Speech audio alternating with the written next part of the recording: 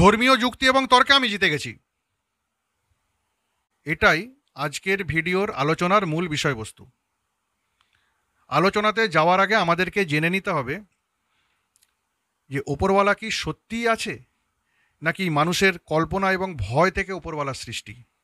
ধর্ম কি ওপরওয়ালা সৃষ্টি করেছে, নাকি মানুষ নিজে ধর্ম সৃষ্টি করেছে। এই বিষয়গুলো বহু প্রাচীনকাল আগে থেকে শুরু করে আজ পর্যন্ত বিতর্কিত বিষয়, অমীমাংসিত বিষয়, মানে প্রমাণিত হয়নি।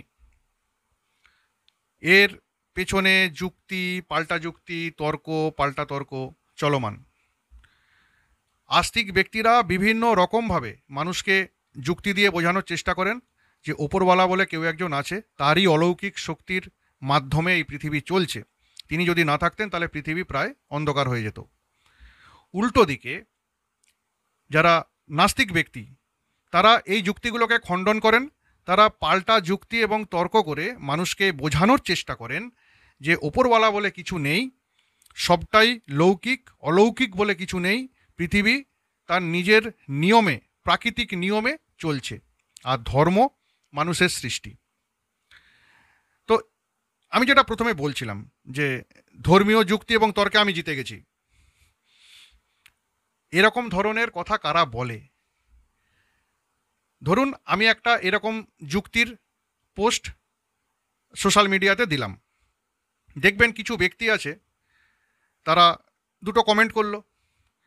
এবারে আমি একটা এমন যুক্তি দিয়ে দিলাম, সে আর পাল্টা যুক্তি খুঁজে পাচ্ছে না বা পাল্টা উত্তর খুঁজে পাচ্ছে না যে কিভাবে আমাকে সে সায়স্তা করবে।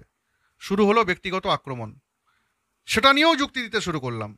শুরু হলো গালিগালজ। এবারে যে গালিগালজ করবে তার সঙ্গে তো কথা বলে কোনো লাভ নেই, আমি সেটাকে ইগনোর করলাম।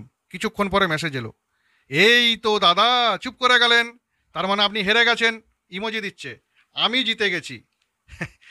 এরা কারা ভাই? এদের ধর্মের সম্পর্কে এতটুকুও জ্ঞান নেই, ওপরওয়ালা সম্পর্কে এতটুকুও জ্ঞান নেই। এরা শুধু এটাই বোঝে যে স্নান করে একবার ওপরে তাকাতে হয় আর ওই হাতে, গলায়, পায়ে সব জায়গাতে জড়িবুটি বাঁধতে হয়, তাহলেই আমি রাজা হয়ে যাব। এরা হচ্ছে এই টাইপের মানুষ।